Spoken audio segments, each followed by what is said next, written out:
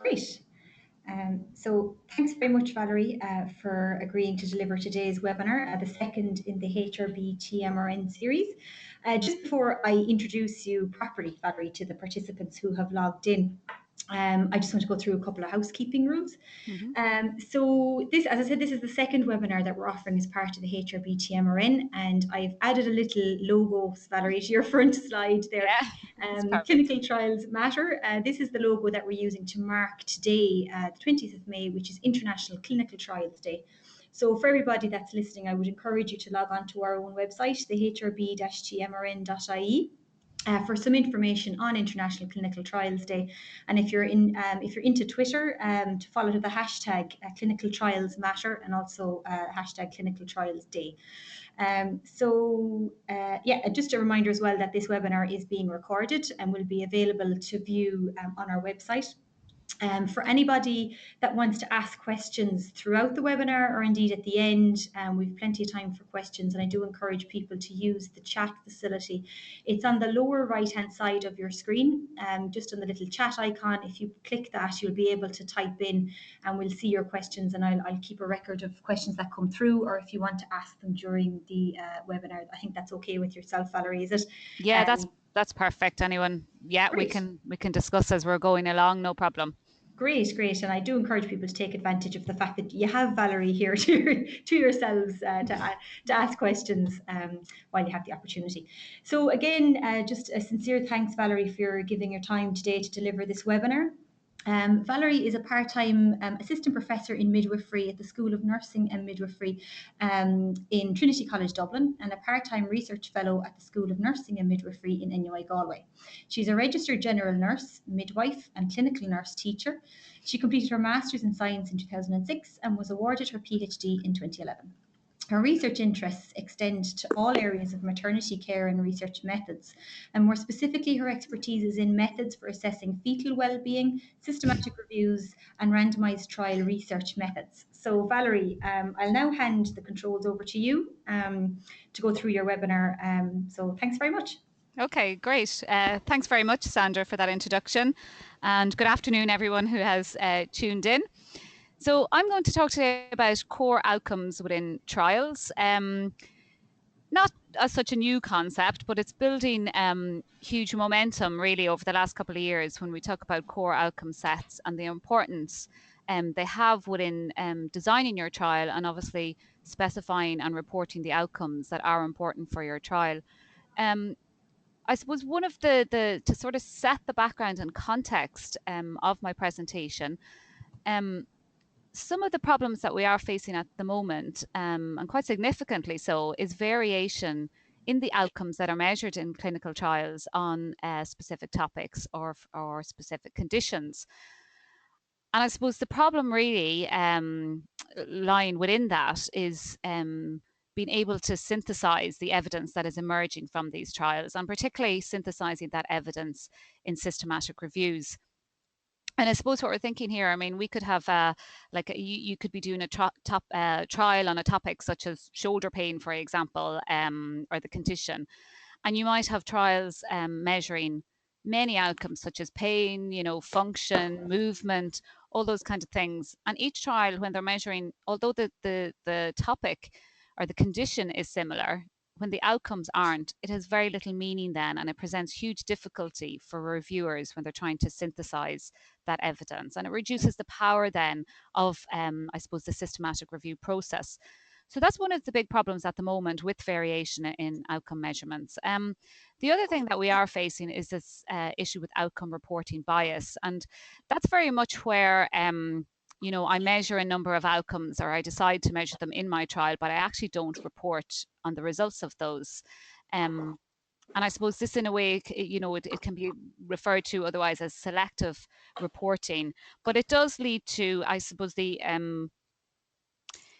treatment effect that might arise from a trial or a systematic review is very much underestimated then. And that has been highlighted quite significantly in research to date, where I know there was some work done where they reviewed trials in 283 Cochrane reviews. It was done by some workers out in some researchers in the University of Manchester. And what they found when they looked at the extent of, I suppose, the outcomes that were specified and the outcomes that were actually reported, there was 35% of those 2A3 Cochrane reviews had at least one trial in them where outcome reporting bias was suspected.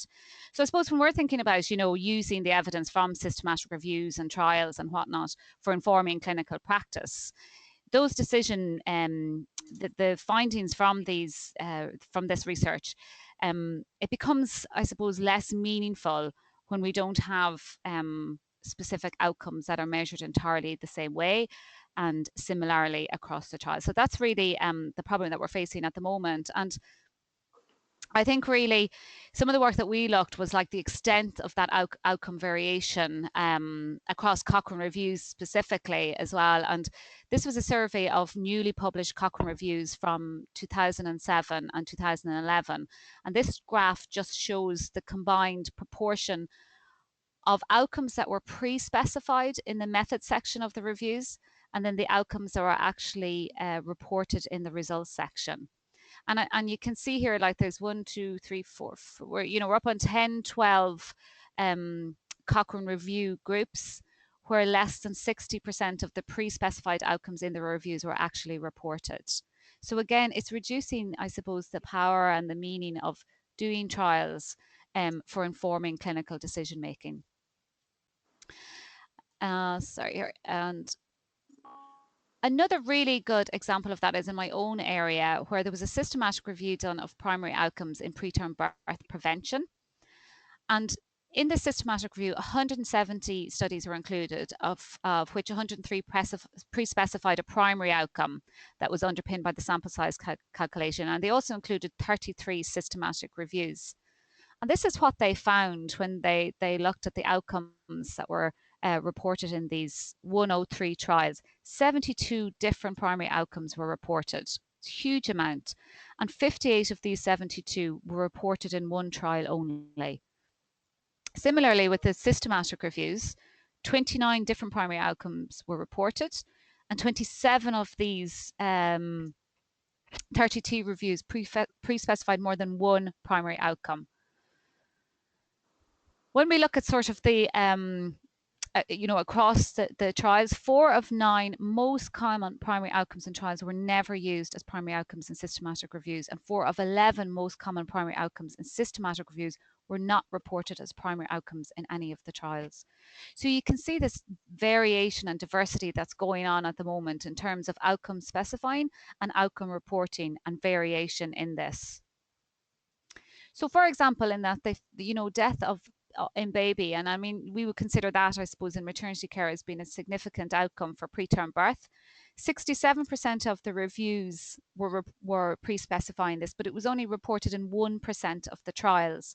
And the same there with composite morbidity and mortality.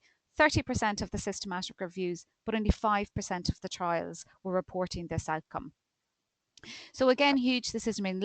I suppose a lack of strength then when we consider these outcomes in terms of informing the effectiveness of the intervention that is being evaluated within the studies. So really into why this presentation is kind of arising really is the notion of developing and applying these agreed standardized sets of outcomes known as core outcome sets. And these we believe would very much help overcome this outcome variation, this both in specifying within trials in a particular condition, but also within reviews and also in how outcomes are actually reported. And it's about choosing the core outcome set. It's about identifying the most important outcome that needs to be, I suppose, pre-specified and reported in all clinical trials on a specific condition. So we're looking at the minimum set of outcome measures of interest to the trial or the review on any specific condition. Now, that's not to say that there may not be other outcomes that are relevant to your specific trial or a specific trial.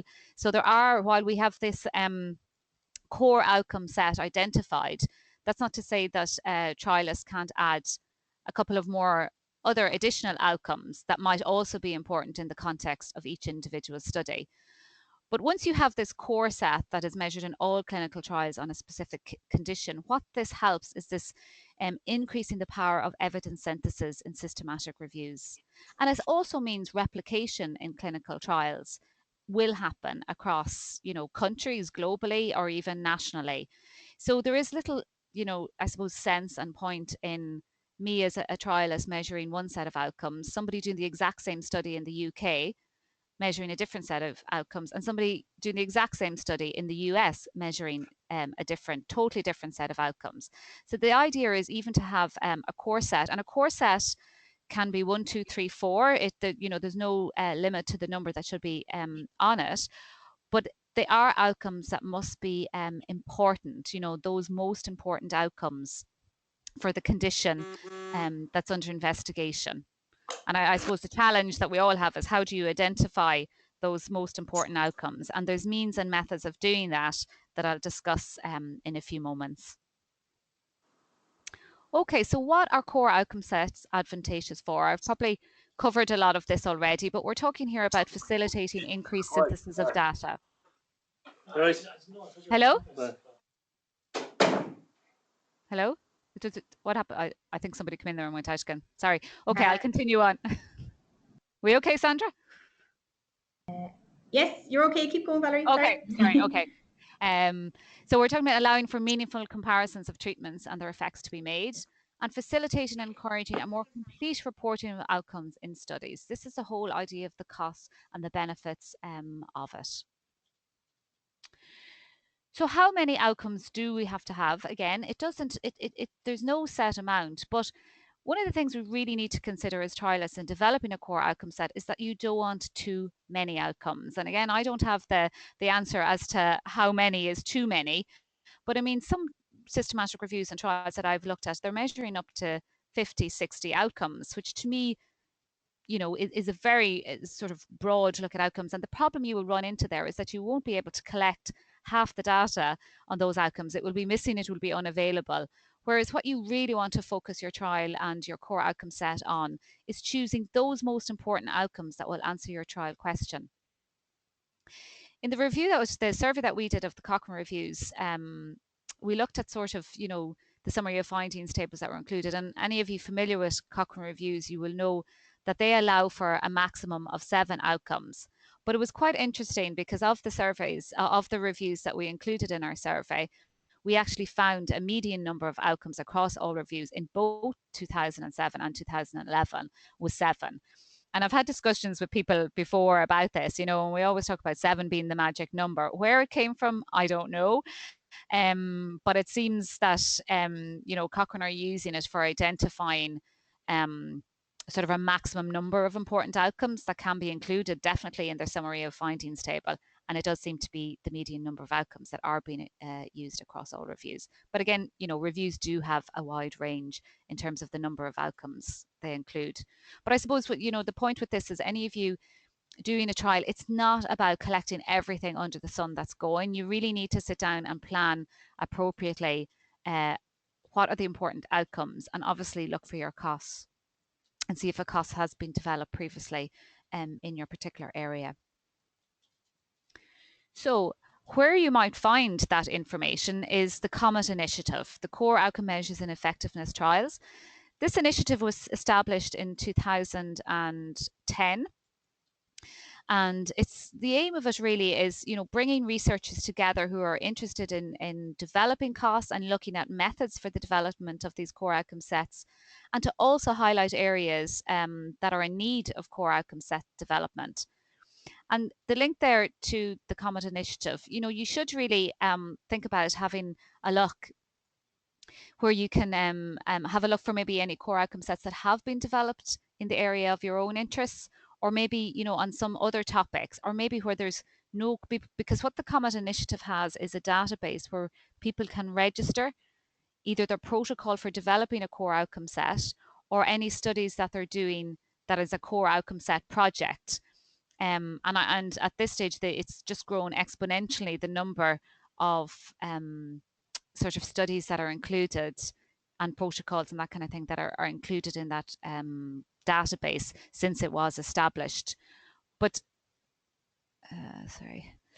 I mean, here's just sort of a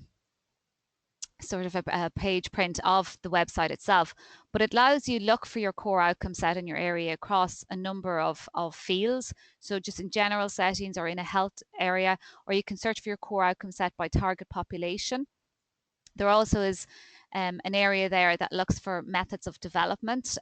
So, you know, things like systematic reviews in eDelphi for identifying outcomes for a condition in the first place. There's projects and published papers accessible to you in that section of the website.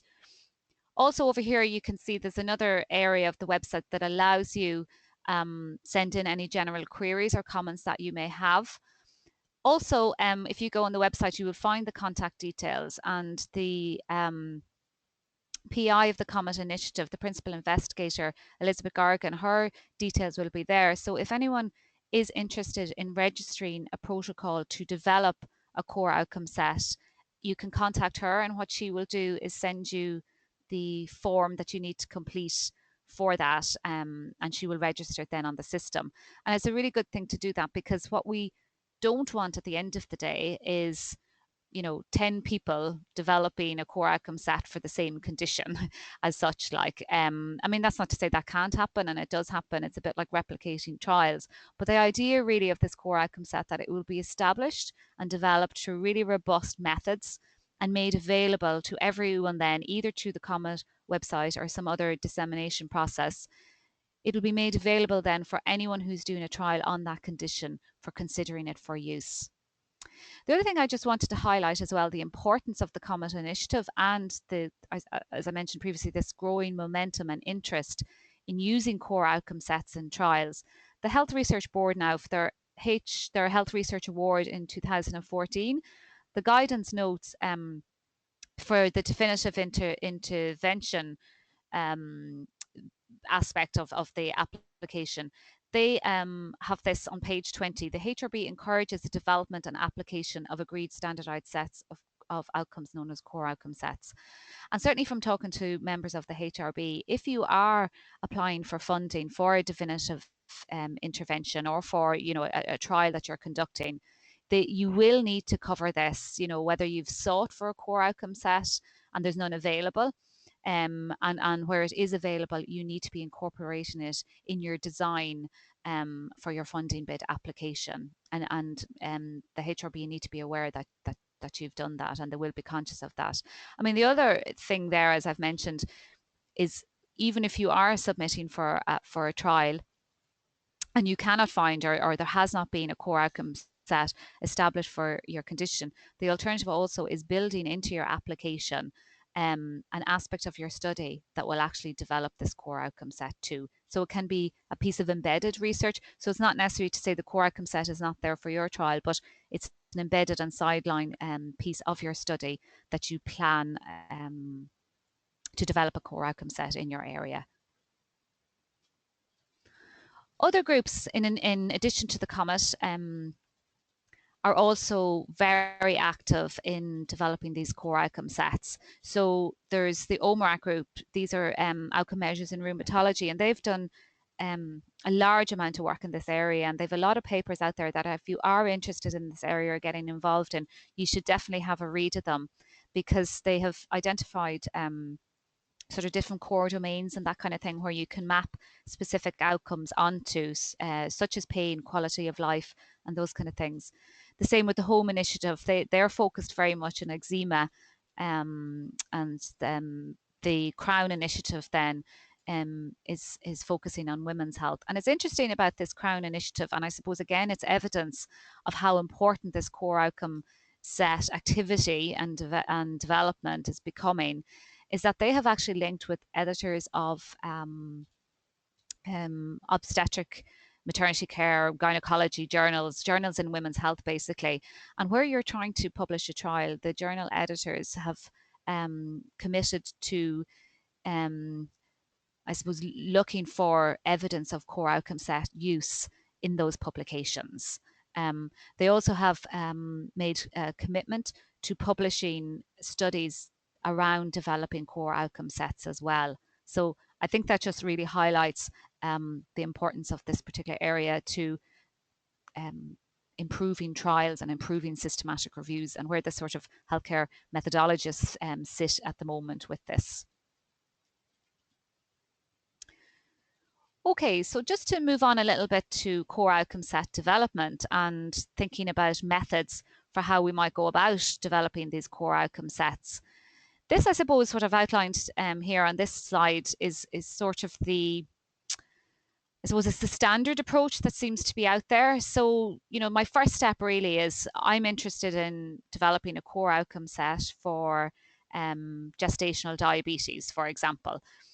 So I'm going to do a systematic review of all studies on gestational diabetes. Now, I might limit this just to randomized controlled trial studies, not necessarily surveys and any of those other things, because they're not necessarily going to pre-specify and report specific outcomes. So you might limit your systematic review to randomized controlled trials or non-randomized studies to identify outcomes that are already being used in trials out there.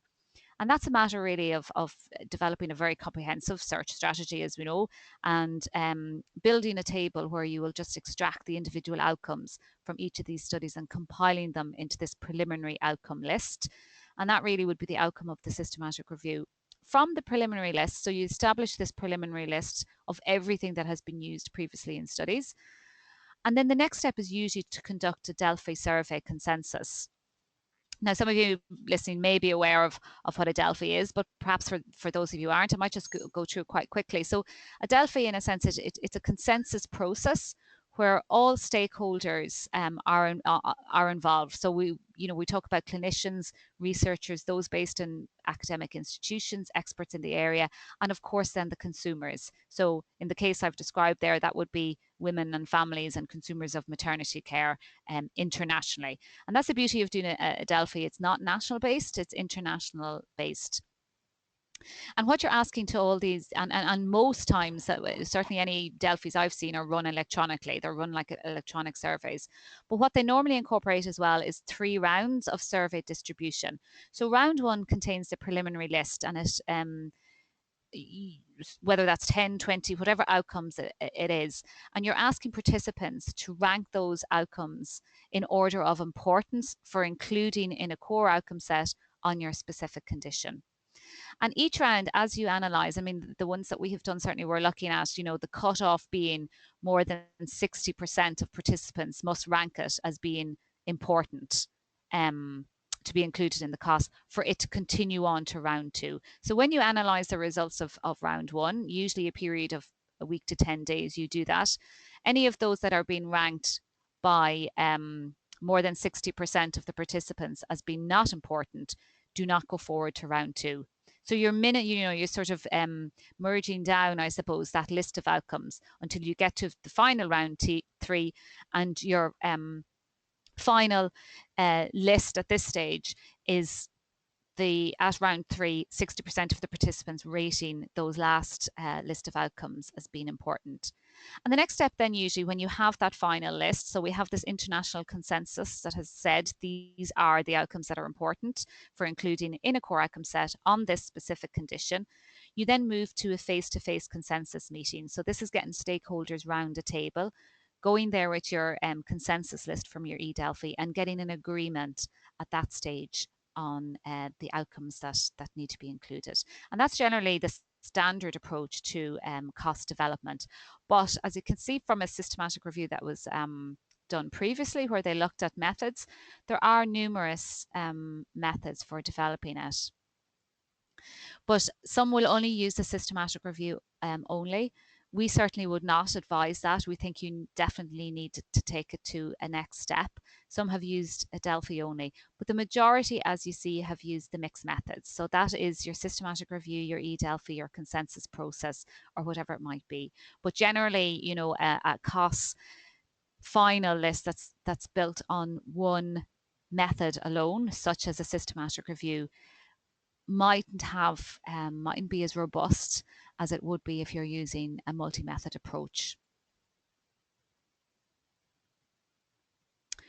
Okay, so the next thing I really want to talk about then, so we've talked about the importance up to this point of the need for core outcome sets. Why do we need them to reduce this variation?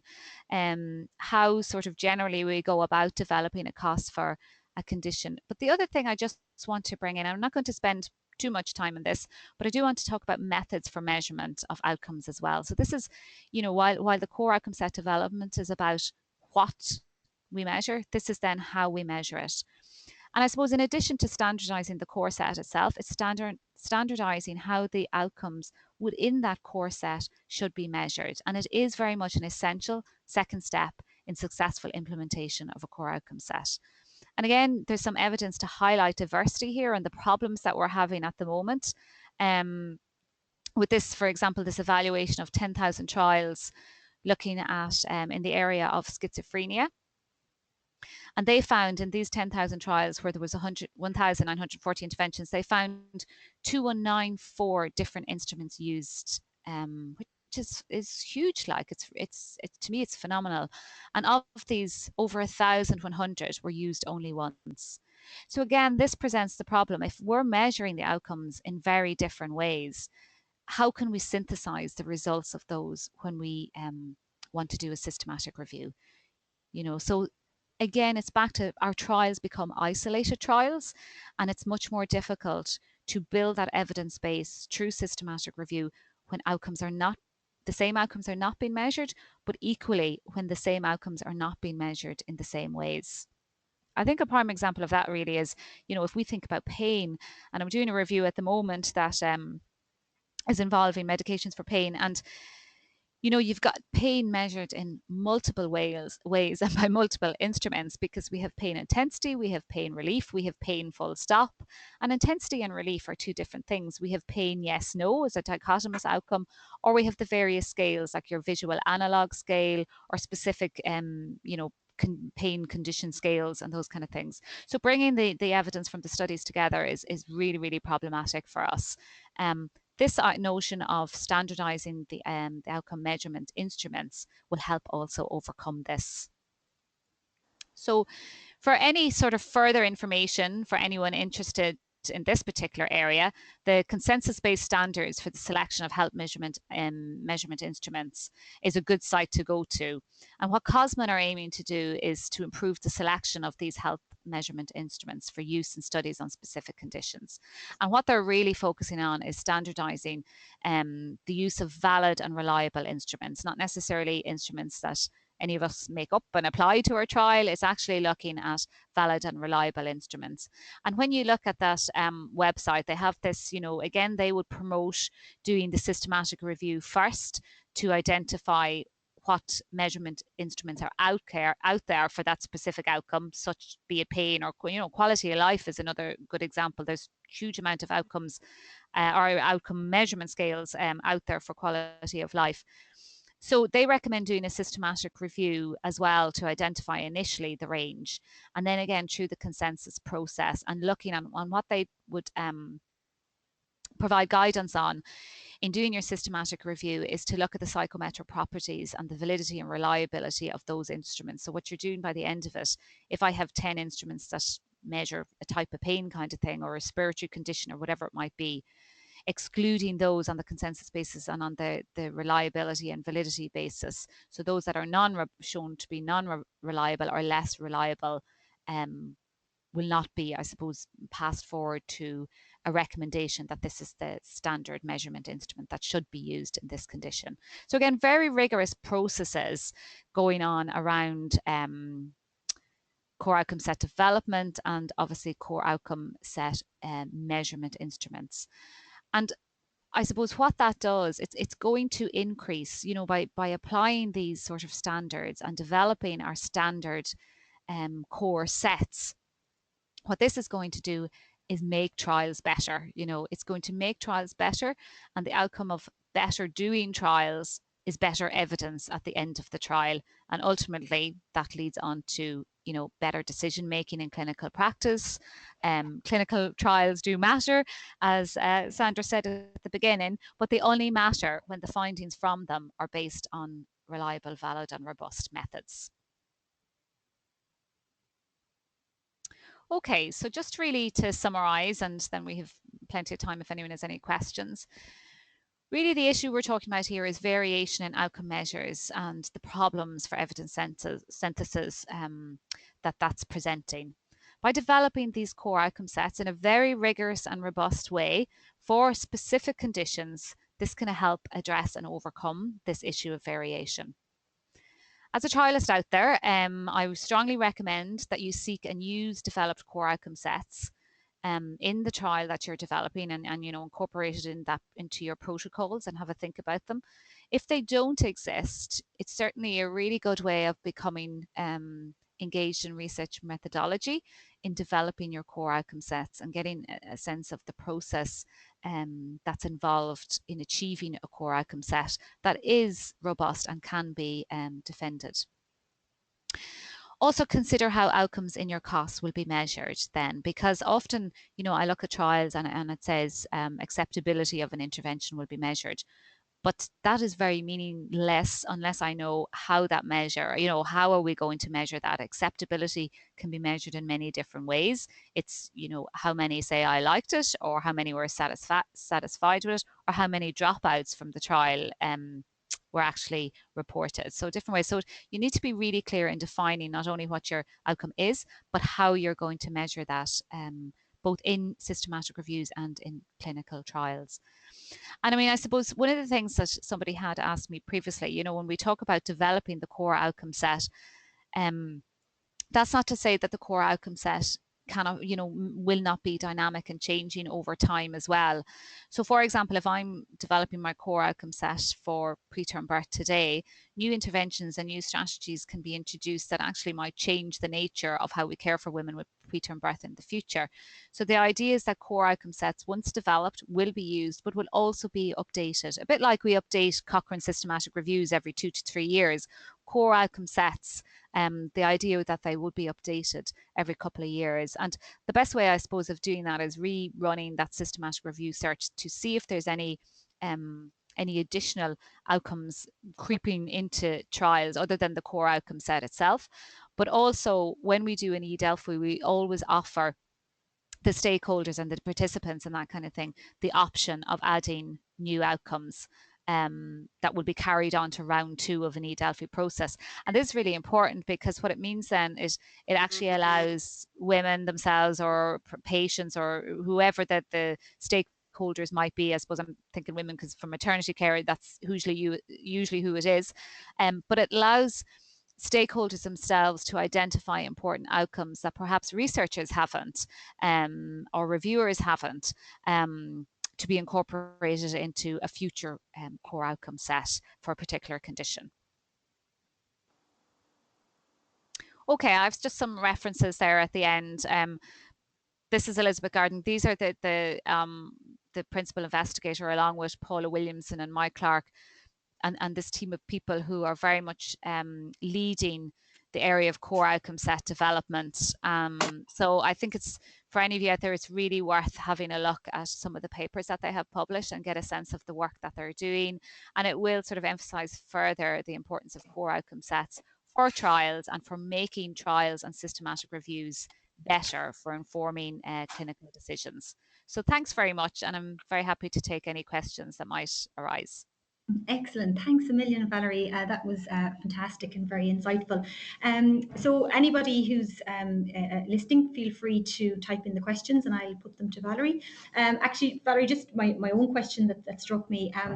In relation to the groups that we'll say are involved with COMET and are developing a core outcome set, is this something that's open to collaboration? So if you are interested in a particular core outcome set and you see that it's already registered at COMET, kind of like the way Cochrane reviews are conducted, can you kind of, join in afterwards, or is it generally a smaller group or an individual that's working on a core outcome set? Well, it's generally a group of people, so say, for example, I'm interested in an area in maternity care and I see there's no core outcome set and I've identified a need for it to be developed. So I'll probably have a team of researchers or academics or clinical people, or whoever it might be, that will develop the methods or, go about. But that's not to say, if I went onto the COMET website and I saw that perhaps that core outcome set was registered, the protocol for it was registered, but the work wasn't published or complete, there's nothing wrong with getting in contact with the lead author of that protocol, and saying, look, this is an area I'm really interested in, Yeah. it's my topic, etc., and asking, can you join the group? I mean, we do that in Cochrane Reviews Yeah. as well, and that kind of thing. So it's the same sort of principle. Yeah, absolutely. Excellent. And at the minute, is there an obligation to include, so in a trial protocol, and if you've used a core outcome set, is there an obligation to kind of report it? Because I know it's great having the core outcome sets, but the use of them then kind of needs to be promoted. So is there an obligation on researchers to kind of state that they've used this particular core outcome set, or? It's I mean, an obligation, I suppose, from research integrity point of view, yeah, but there's Mm. nobody kind of, it's not like registering a clinical trial in this in the Mm. way that we have to, where we sort of have a bigger onus. But I think what's happening is core outcome sets have been developed before for particular conditions, and I'm thinking rheumatoid arthritis, where the standardization of the outcomes and similarity was significantly increased after the publication of the core outcome set. But in other areas, there was other core outcome set developed for gout, but actually it wasn't, the review of the trials 5 years later after the publication of it showed that it wasn't very well implemented. So I suppose we're doing a disservice to the research if we don't implement one that's available in as best as we can. It's not saying, again, that you're limited to that core outcome set, but I think there's sort of more an increasing obligation from in a research integral point of view to state that you have used a core outcome set and report the source from where you have reported. But we're not quite there yet Yeah, in terms of being obliged. But I think I know. it's Yeah, getting there. I mean, look at that example from the HRB. They will, if there's one out there, they will expect that you have looked for it and will include it. exactly. Yeah. Yeah, great, excellent. So we just have a question here from one of the participants, Regina. Wants to know if a core outcome set for a particular disease has 7 variables, how do we, I suppose what she's looking for is how do you calculate the sample size? I suppose that's a bit, So the core outcome set has seven. I'm not quite sure. so she's saying that the core outcome set has seven, I suppose there's 7 core outcomes that are recommended. 7 outcomes in the set. Yeah, Yes. yeah. And she wants to know, how should you base your sample size calculation?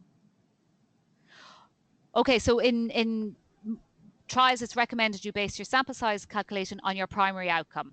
Okay, so whichever one is the primary one. So exactly. Yeah. So if you have 7, and I mean the difficulty there, depending on the condition, if 7 of them are rated equally as important, but that doesn't, I mean, that's not usually the case. We have, when we're conducting trials, we nearly always pinpoint 1, 2, 3 primary outcomes or whatever it might be, even 1, and then we have our secondary outcomes. Yeah. So your sample size will always be based on your most important outcome in your list of 7.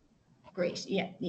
I suppose a general question, how do you think, and it's more of an opinion, how do you think Irish researchers fare with regards to core outcome set use? So are we kind of on par with our European counterparts, or do you think that we're lagging behind? We're lagging behind. That's fair enough. I think we're lagging behind, and I think as well because this initiative, the COMET Initiative, but we are catching up, and certainly now at the moment I'm coming across lots and lots of Irish researchers who are becoming more interested in this area and seeing where it lies. I suppose we can talk about core outcome sets and you kind of think, what does that really mean? But it's actually the meaning of it for evidence synthesis is growing momentum. It's becoming clearer to the research community out there. And I think, again, back to, the HRB building that into their guidance is showing how important it's becoming in the Irish community.